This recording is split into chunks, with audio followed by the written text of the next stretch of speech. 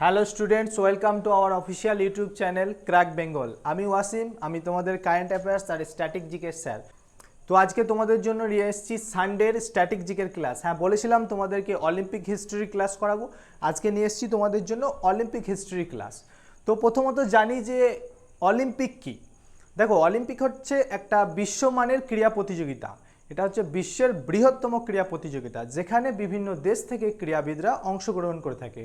শুধু অংশগ্রহণই নয়, বলা যেতে পারে যে তোমার দেশের সম্মান মর্যাদাকে অনেক উপরে নিয়ে যাওয়ার জন্য বিভিন্ন দেশ থেকে ক্রীড়াবিদরা এই অলিম্পিকে অংশগ্রহণ করে। আর এই অলিম্পিক খেলার মূল উদ্দেশ্য হচ্ছে গোটা বিশ্বব্যাপী শান্তি, ভ্রাতৃত্ব আর সহযোগিতার প্রচার করা। তো চলো দেখে নিই অলিম্পিক হিস্ট্রি থেকে বিগত বছরে কি কি ঘটনা ঘটে গেছে, সেই টপিকের উপরে আমরা আজকে পড়ব। তো দেখো, ফার্স্ট স্ক্রিনে কি এসছে, অলিম্পিক খেলাধুলার ইতিহাস। তো দেখো, প্রাচীন অলিম্পিক খেলা শুরু হয়েছিল কোথায়? গ্রিসের অলিম্পিয়া শহরে 776 খ্রিস্টপূর্বাব্দে। কবে? 776 খ্রিস্টপূর্বাব্দে। তো তোমরা প্রথমেই ছবিতে দেখতে পাচ্ছ যে গ্রিসের অলিম্পিয়া শহরে প্রথম এটা চালু হয়েছিল 776 খ্রিস্টপূর্বাব্দে। তারপরে কি হয়, ওটা তো প্রাচীন অলিম্পিক গেল, এবার আসছে আধুনিক অলিম্পিক। তো আধুনিক অলিম্পিকের সূচনা কবে হয়েছিল? দেখো, 1896 সালে। কোথায়? গ্রিসের এথেন্স শহরে। তো দেখতে পাচ্ছ এটা হচ্ছে 1896 সালের খেলা, আধুনিক অলিম্পিকের খেলা। তো দেখো, এই অলিম্পিক খেলা প্রতি 4 বছর পর পর আয়োজন করা হয়। তো অলিম্পিক খেলা আবার দু ধরনের হয়, একটা হচ্ছে গ্রীষ্মকালীন অলিম্পিক, একটা হচ্ছে শীতকালীন অলিম্পিক। দেখো তাহলে এই আধুনিক অলিম্পিকের জনক কে ছিল? আধুনিক অলিম্পিকের জনক ছিল ব্যারন ডি কুবার্টিন। আচ্ছা দেখো, এই অলিম্পিক খেলার একটা মোটো আছে। এই মোটোটা কি? মোটোটা হচ্ছে সিটিয়াস অল্টিয়াস ফর্টিয়াস। মানে কি হচ্ছে? মানে হচ্ছে ফাস্টার, হায়ার অ্যান্ড স্ট্রঙ্গার।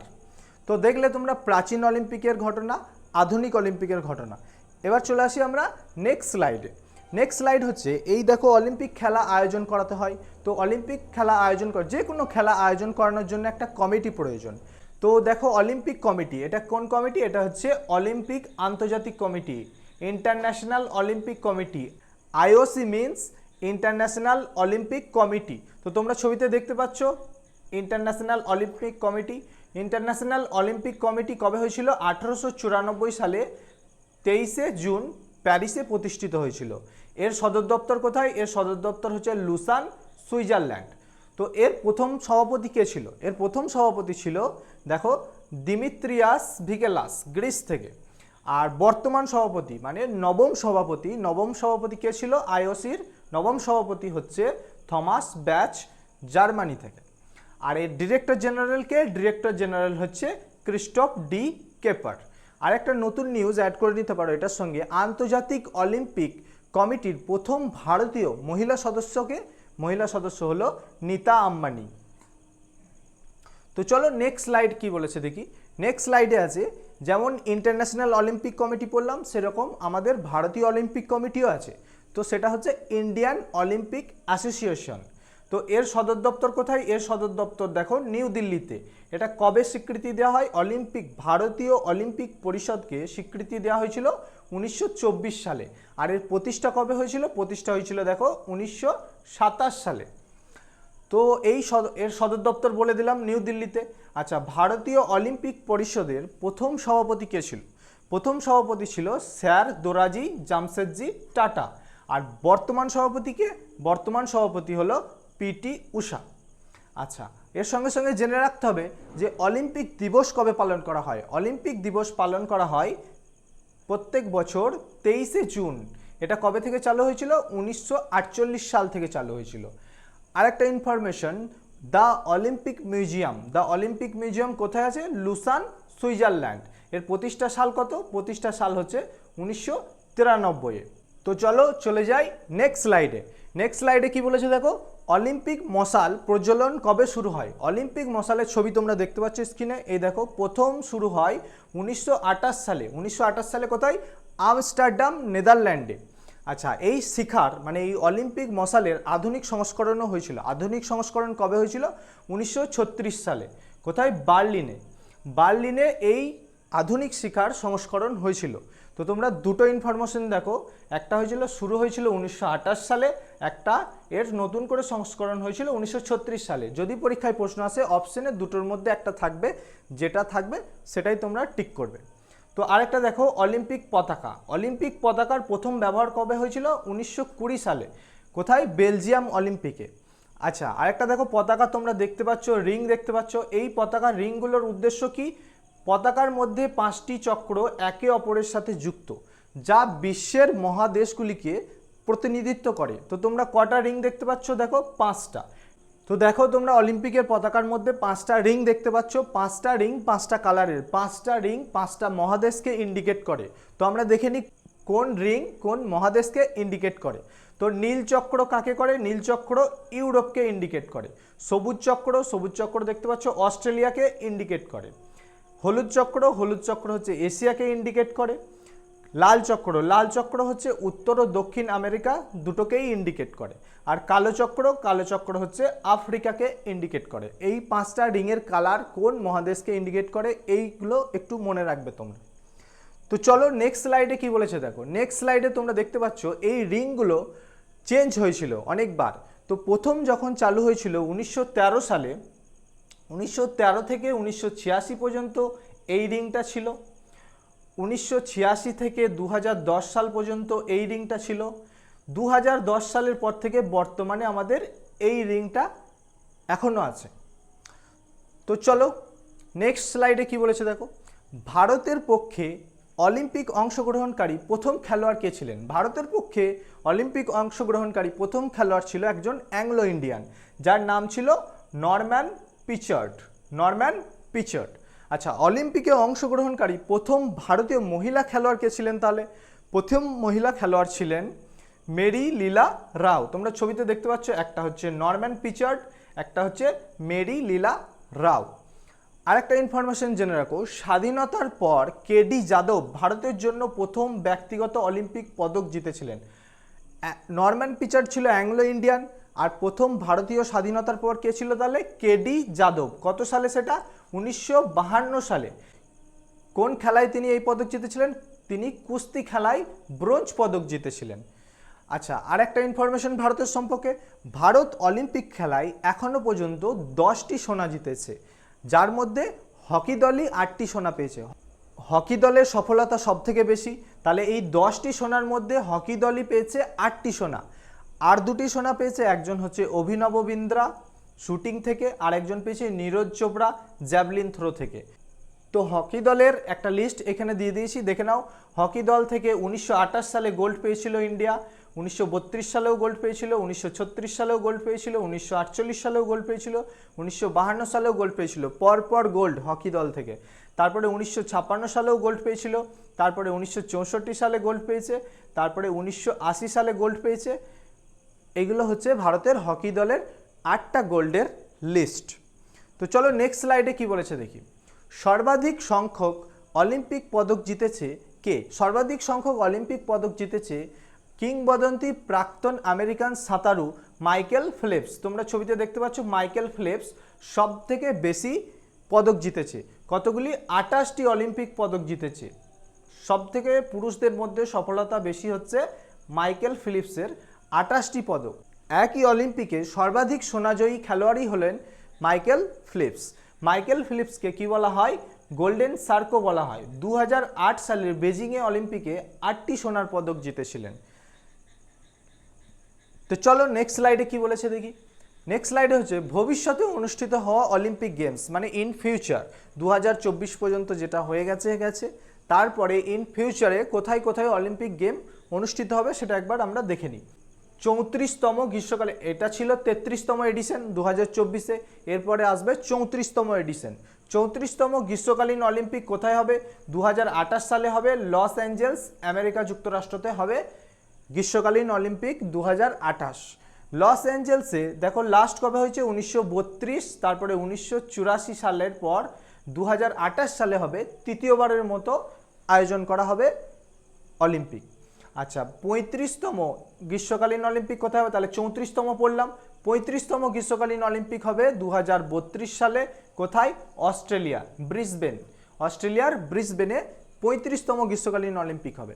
তো এর মধ্যে পড়বে শীতকালীন অলিম্পিক, 2024-এ গ্রীষ্মকালীন অলিম্পিক হয়ে গেছে, 2024-এর পরে 2026-এ শীতকালীন অলিম্পিক হবে। কোথায় হবে সেটা? মিলান, ইতালিতে হবে। আবার শীতকালীন অলিম্পিক কবে হবে? 2030 সালে ফ্রান্সে, ফ্রেঞ্চ আল্পসে। আবার শীতকালীন অলিম্পিক 2034-এ হবে, সেটা কোথায় হবে?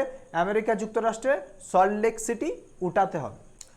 আরেকটা ইনফরমেশন জেনে নাও যে কবে কবে অলিম্পিক খেলা বাতিল হয়েছিল, মানে কোন বছরে অলিম্পিক খেলা বাতিল হয়েছিল। তো 1916 সালে অলিম্পিক খেলা বাতিল হয়েছিল। সেটা কোথায় ছিল?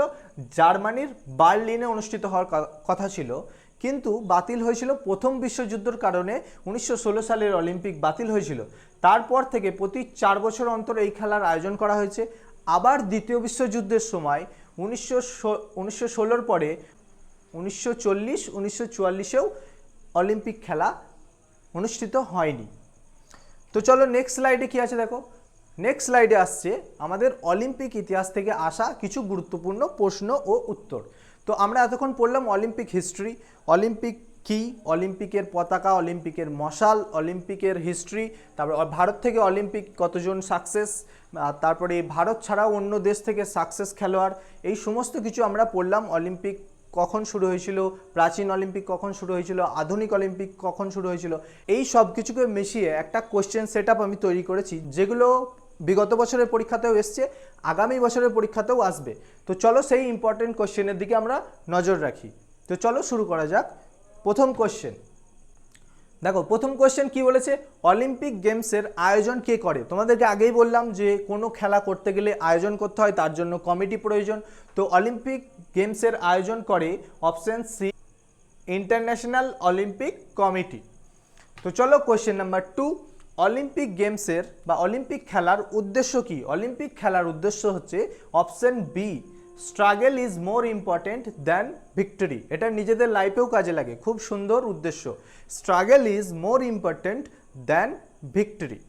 তো চলো নেক্সট কোশ্চেন, কোশ্চেন নাম্বার 3, প্রাচীন অলিম্পিক গেমসের সূচনা কবে হয়েছিল? তাহলে পড়িয়েছি তোমাদেরকে, প্রাচীন অলিম্পিকের সূচনা হয়েছিল অপশন সি, 776 খ্রিস্টপূর্বে। কোশ্চেন নাম্বার 4, অলিম্পিক গেমসের উৎপত্তি কোথায়? কোথায় অরিজিনেটেড হয়েছিল? অলিম্পিক্স হয়েছিল option C, Greece. Question number 5, প্রথম আধুনিক অলিম্পিক গেমস কোথায় অনুষ্ঠিত হয়েছিল? আধুনিক অলিম্পিক গেমস অনুষ্ঠিত হয়েছিল এথেন্সে, অপশন বি। চলো কোশ্চেন নাম্বার 6, ল্যাটিন ভাষায় অলিম্পিক গেমসের আদর্শ বাক্য কি? মানে অলিম্পিকের মোটো। অলিম্পিকের মোটো তোমাদেরকে পড়ালাম প্রথমেই, অপশন এ, সিটিয়াস অল্টিয়াস ফর্টিয়াস। তো চলো কোশ্চেন নাম্বার 7, প্রথম গ্রীষ্মকালীন অলিম্পিক্স গেমস কবে আয়োজন করা হয়েছিল? প্রথম গ্রীষ্মকালীন অলিম্পিক গেমস আয়োজন করা হয়েছিল অপশন বি, 1896 সালে।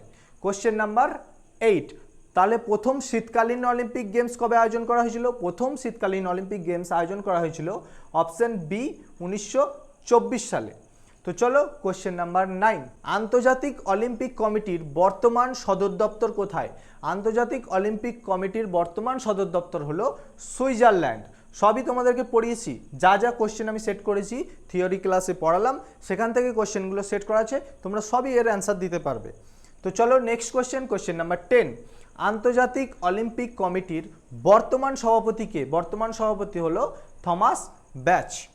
তো চলো নেক্সট কোশ্চেন, কোশ্চেন নাম্বার 11, প্রতি বছর আন্তর্জাতিক অলিম্পিক দিবস কবে পালন করা হয়? প্রতি বছর আন্তর্জাতিক অলিম্পিক দিবস পালন করা হয় 23শে জুন, অপশন বি।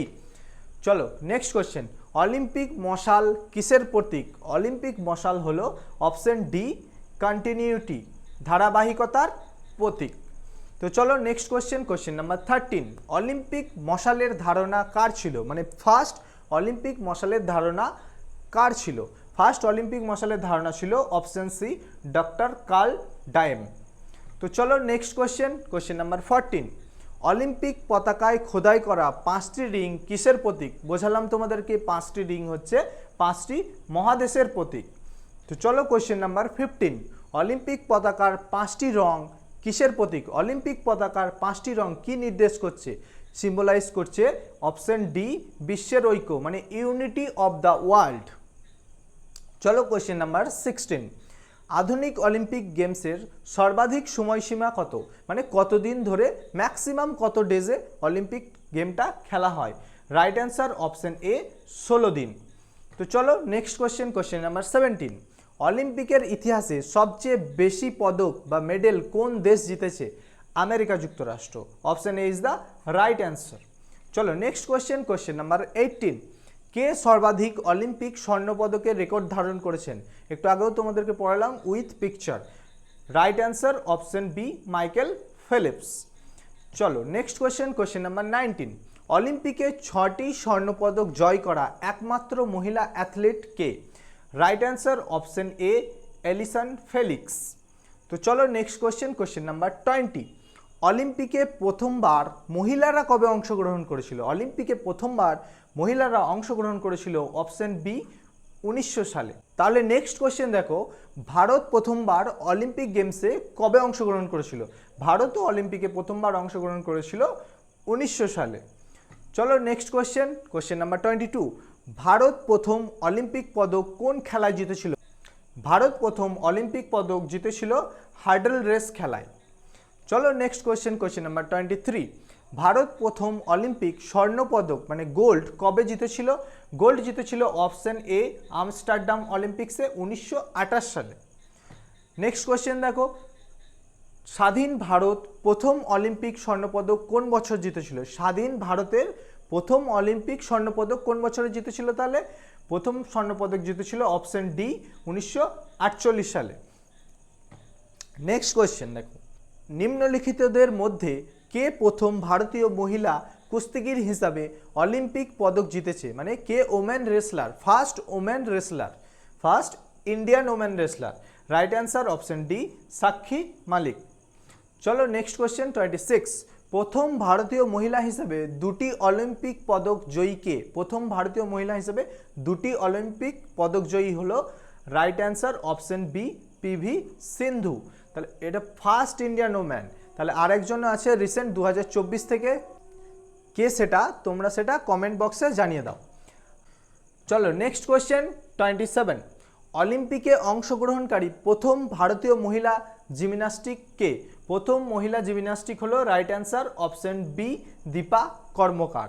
চলো নেক্সট কোশ্চেন, অলিম্পিক গেমসের গ্রীষ্মকালীন ও শীতকালীন উভয় সংস্করণ আয়োজনকারী বিশ্বের প্রথম শহর কোনটি? Right answer option D Beijing. চলো নেক্সট কোশ্চেন 29। প্যারিস ছাড়া কোন শহর 3বার গ্রীষ্মকালীন অলিম্পিক গেমসের আয়োজন করেছে?